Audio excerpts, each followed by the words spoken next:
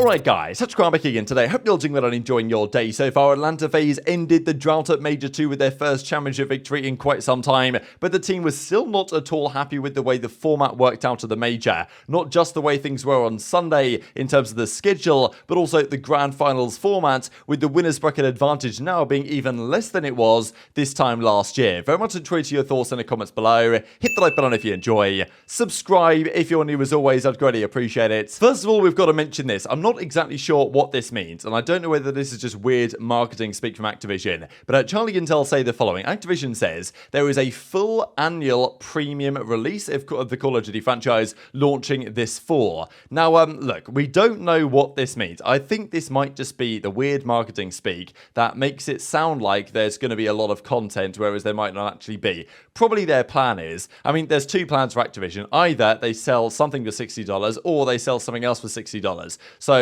or even more depending on the situation. Either that's a new game. Now, usually premium release, annual, full, all this type of stuff would mean a new title, right? But we think it's a 2-year cycle, right? We think it's Modern Warfare 2 for this year, Modern Warfare 2 for next year, then Treyarch's 2-year cycle, we believe, and then maybe Cellium are coming with the game or whatever. Now, Cellium are working on, we believe, the expansion to Modern Warfare 2. That was what we believe was going to be the case. I'm presuming all the old school Modern Warfare 2 maps, probably a lot of other stuff as well, because if you want people to pay $60 for, you know, part 2 of the game, then you're going to have to do an awful lot with it. So that might be what this is. Whether that quantifies, in their opinion, as a full annual premium release, I don't exactly know what their marketing speak is, but Charlie Intel are discussing on this as if there might be something else to this, and whether they've decided, you know what, this 2-year cycle, that's for the birds. Let's run it back again. Cellium, you're no longer making the MW2 maps so we can sell them for cash, whereas maybe we should be giving them away for free. You've got a whole new game on your hands again, but that would be a disaster because Cellium tried to make Vanguard quickly, that didn't work out, and Treyarch had to sub in for Cold War for the season and actually made a better game in less time. So, you know, classic Treyarch type shenanigans. So we'll stay tuned for that one. Also, quick note here on Zinni, he did his first stream day 1, he says, since retiring, of course, becoming a full-time content creator and absolutely killing it as per usual. So exciting stuff for Zin and co. Obviously, you know, 1,300 new subscriptions, good, like, what is that, like 4 or 5 grand for a single stream, so not bad going. And obviously the future is green as well, as he's made clear relatively recently. We'll see what that means. Drazah also says, just getting started, excited for the rest of the season. Do wonder what happens here for Thieves, just because the Champs Curse, if you guys aren't familiar with the Champs Curse, ever since the World Championship has taken place at the end of the year, the team that's won the World Championship has never as a team won another event, like as the same team. Now, which is a pretty big deal, especially when you look at Envy and Infinite Warfare. They won it in Black Ops 3. They made 2 grand finals against OpTic and iLLeY choked both of them. FaZe in Vanguard, of course, was the biggest example. They really, after winning champs in Cold War and then having 4 runner-ups that season. So it's happened a fair few times. Even Dallas Empire, despite it going from 5v5 to 4v4, they won it in 2019, and then in 2020 they made 2 finals, lost both of them to FaZe that year. So usually the Champs Curse is a thing. Back in the day, like 2013, 2014, the World Championships were taking place mid-season, so teams that won them did again win afterwards, surely, but it was in the same game. So since 2016, 2015-ish, it's not taken place at all. Maybe LA Thieves can break the curse. The way they played this weekend is still there. They've still got the teamwork, and to me, it's like you look at some of these teams and you think, you know what, where's the upgrades, right? FaZe, there's no upgrades. Some people would probably argue that Arcitys back in for Slash is an upgrade. I disagree, but whatever. I don't think there's anything you can really do to improve the FaZe team on paper. Same story for LA Thieves, right? Like, where do you go with Thieves to make their different roles better? I don't really think there's a clear upgrade for Thieves there at all. So that was the difficulty I was having when this team was struggling to be like, okay, if I had to make a change here, what would I actually do? Obviously, they performed this event, turned up on LAN, and well, we'll see if they can continue that, given they got to a crazy run of form at the end of last season. But most other teams in the league, I'd say pretty much every other team in the league, there is like a clear upgrade you could go for. Now, whether those players you'd upgrade with are actually acquirable, that's another question, but there are upgrades out there, whereas I think for really, it's just FaZe and Thieves to me that I'm not really sure what I would upgrade if I were forced to make a change, let's say. And speaking of some of those players, just wanted to look at some season records so far. We've got in hardpoint, RC's at 42, Dashy has 2 41 bombs actually, which puts him at 2nd place. Then Scrappy and Shotzzy have a 40, Brack has a 39, Control Havoc's the only guy to hit 40 so far, and then in Search and Destroy, I think Asim had 17 for the loss, as I think did Nero potentially here as well. So pretty disastrous stuff. There's been quite a few 15 bombs as well from around the league so far. So those are the kill records for now. But speaking of aBeZy that makes an appearance on this list, he gave his thoughts on their Major 2 victory, and it was kind of crazy crazy timing for Simp, actually, because, I mean, he won the event. He was the MVP of the event. Some would say aBeZy, but I think Simp kind of still deserved it. It's tough to say, but whatever. They gave it to Simp, fair enough. And then the very next day, a few hours after he won the tournament, it was his birthday. So absolutely fantastic run of a few hours from him. And even as Octane says, I just had a horrible dream last night. We made a run from losers round 1 to the grand finals and lost. Thank God that didn't happen. Funny stuff like from Slasher in a way, because Slasher did just that with Los Angeles Guerrillas at Major 2 last year. Made the losers round 1 run all the way to the grand finals. Slasher, the king of the losers bracket, all this stuff, had many legendary runs in his career, some of which actually with Octane, I believe, especially on the 100 Thieves days at the Black Ops 4 World Championship, from losers round 1 to the grand final that season before they lost to United in the finals. But yeah, kind of poetic in a way that Slasher is the one to shut down what would have been a kind of record equaling losers bracket run from Octane and co. And also it was the search and destroy that was key for FaZe, right? 13-1 in S&D on LAN so far this year. I believe the one that they lost of all teams is to the Seattle Surge. So yeah, apart from Seattle somehow, obviously a terrible S&D team, they're 13-0 on LAN and S&D. And of course, look, we know that is the key. Search and destroy wins championships, all that type of stuff, and not to drop a single one that event. They probably should have done at the finals, right? LSELO Search, but Thieves arguably threw it away with that aBeZy 1v2. But this is what aBeZy says after winning. And I like it when players win and then they give their criticisms, because when they lose and give criticisms, people say, oh, you're just salty, right? Which, you know, maybe there's a part of that which is true. When you win and give criticism, you know, you've got to take it with a little bit more, well, it's more serious to discuss, I suppose, from the CDL side. As aBeZy says, also, I know we've stated it in a few interviews now, but the schedule format from Sunday needs to change ASAP. In no world should winners finals be playing first match of the day and then be waiting for 2 matches. So this is only one of the stories really of the day. And as Run the Empire says here, losers semi, winners final, losers finals, grand finals. While we're at it, make it 2 best of 5s in the grand finals. I mean, you'd think that should be how it is. Now, 2 best of 5s, always the big discussion here. 2 best of 5s versus best of 9 versus 2 best of 7s versus 1 best of 7, all this type of stuff,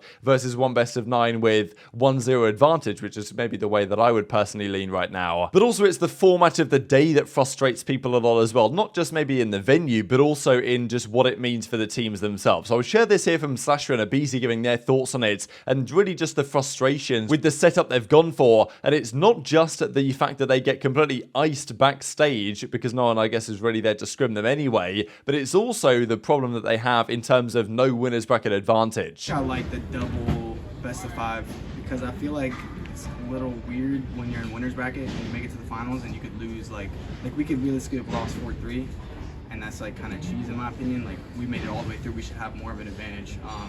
But I think every series like kind of has its pros and cons, so just how you look at it. But best of 7, I don't know if that's the right one. I think it should have at least be a best of 9, maybe a 1-0 start or something like that. I feel like the format we have right now is a little weird.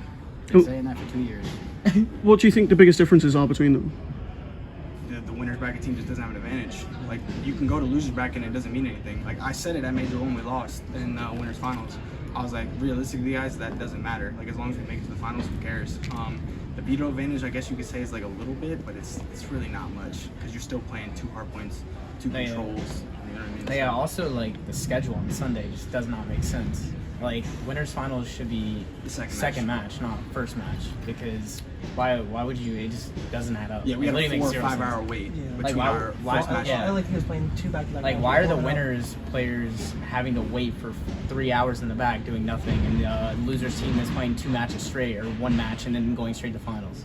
It seems like the advantage has been taken away from the winners team a little bit. Yeah. So we'll discuss the scheduling piece here first. This was the Championship Sunday schedule. Rokkr versus FaZe was game 1, and then the losers game. Now, this is where it gets tricky, right? Because Thieves, of course, won this match. They won the losers final against Rokkr, and then they could have won the grand final as well. By the 3rd of the 3 matches they played in a row, Thieves were running out of gas a fair bit, right? So towards the end of the grand finals, there was some degree of advantage for FaZe just because they hadn't had to play all those series on the day, which maybe is fair enough. But at the same time, FaZe playing first is tough for them. They play first against Rokkr. They won that series game 5 round 11. They then sit there backstage, basically just being forced to watch for hours while they can't practice or play against anyone really, because at this point in the tourney, everyone else has gone home or not playing anymore. Who do they warm up against? They can't really do it. I guess they just play 2v2s against each other or something to try and keep their shot warm. But yeah, I think it was kind of clear that we went into that game against Thieves, that one of the grand final series, and they came out a bit slow. And that's in a situation where there's no advantage, no 1-0 advantage, nothing from the winners bracket team anyway. FaZe hadn't lost a series all tournament, Thieves of course had, and but still, when they went to the grand finals, they were basically on a level playing field, to the frustration of many. And also just the fact that like FaZe just got completely iced. I don't really know why they won't swap these around. Why not do losers finals first, then the winners finals? Makes more sense really. But